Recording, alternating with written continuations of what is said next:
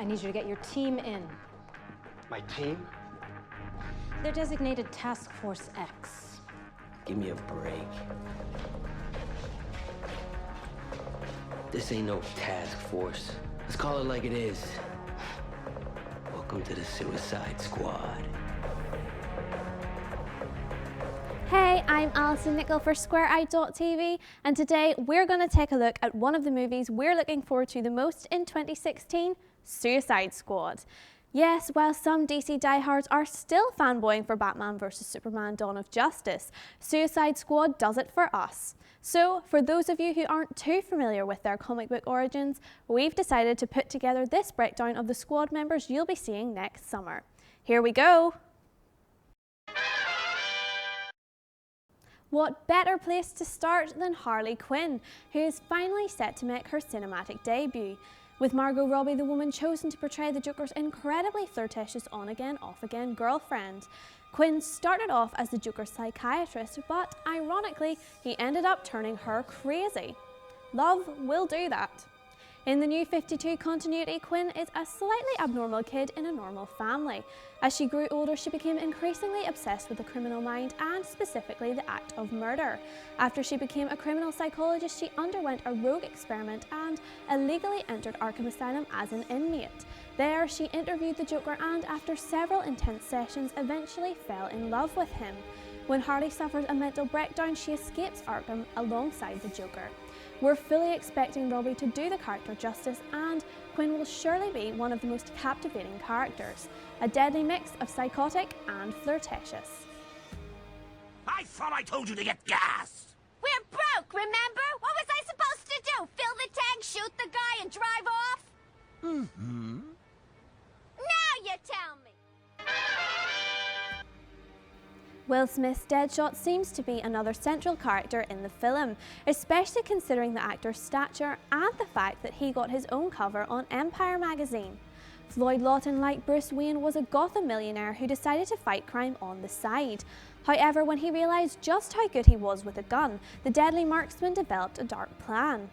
In the comics, Deadshot wants to replace Batman and become Gotham's ultimate crime fighter.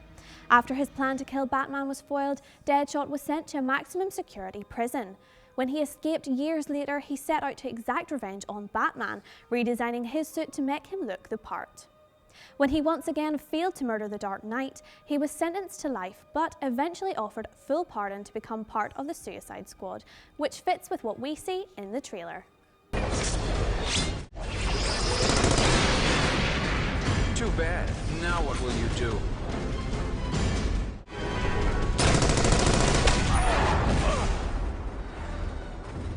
Either he's the bravest man I ever faced, or a complete fool. Flagg is essentially the leader of the squad. He was a military officer who replaced his father, Rick Flagg Sr., from the original Suicide Squadron and is pretty much the closest thing to a good guy in the team.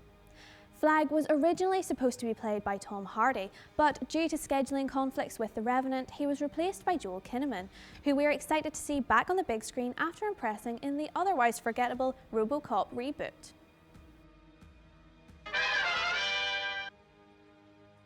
George Digger Harkness, better known as Captain Boomerang, is another supervillain who uses the opportunity to join the Suicide Squad as means to pardon his crimes.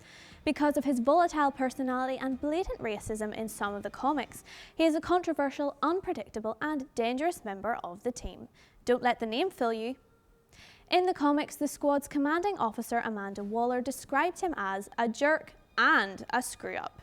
He is also somewhat of a class clown figure, as a man with a fondness for practical jokes. He'll be played by Jai Courtney, who starred as Eric Coulter in the Divergent series, with the actor saying he's going as far as they'll let me, which surely means he'll be an entertaining character to watch. Here we have the squad's so-called Master of Ropes. What's so good about ropes, you ask? These ropes just happen to be unbreakable. Slipknot's real name is Christopher Weiss, and he used to work for a chemical company, which is where he developed the unbreakable formula. Adam Beach will slip inside the ropes to play him, and it's difficult to predict his character's path in the movie, but we doubt he'll command a similar amount of screen time as some of the others.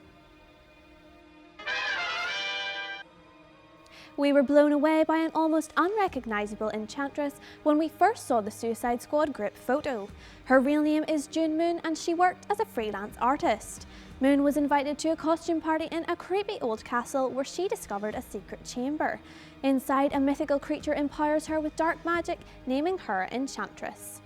In the Suicide Squad comics, Enchantress is notable for being destructive to the team's missions, so it'll be interesting to see whether or not she turns out to be an antagonist.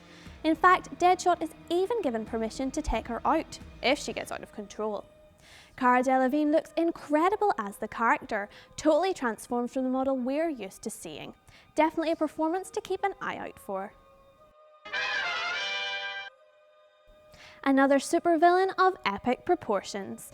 Killer Croc's backstory explains that he was born with a rare disfiguring skin disorder, but because he is the inheritor of an ancestral species of the human race, he's kitted out with all kinds of extraordinary physical powers, including speed, strength, and endurance.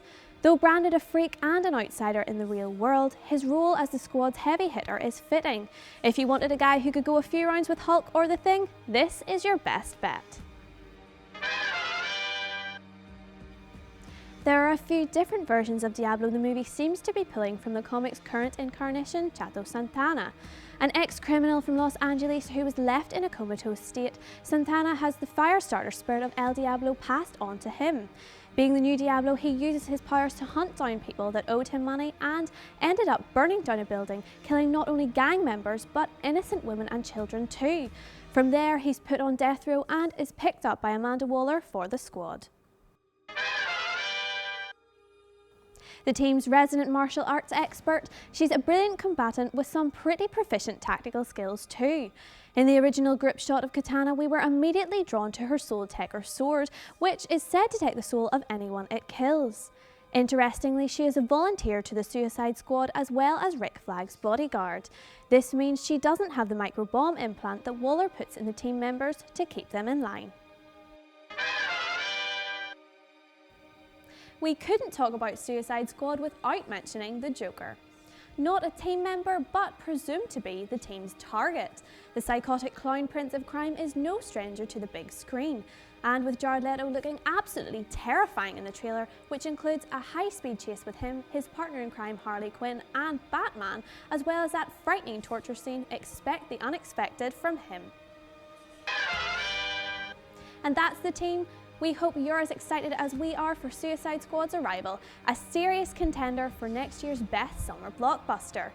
Let us know what you think in the comments below, like us on Facebook, follow us on Twitter and subscribe for more videos like this one on the most anticipated comic book movies of 2016.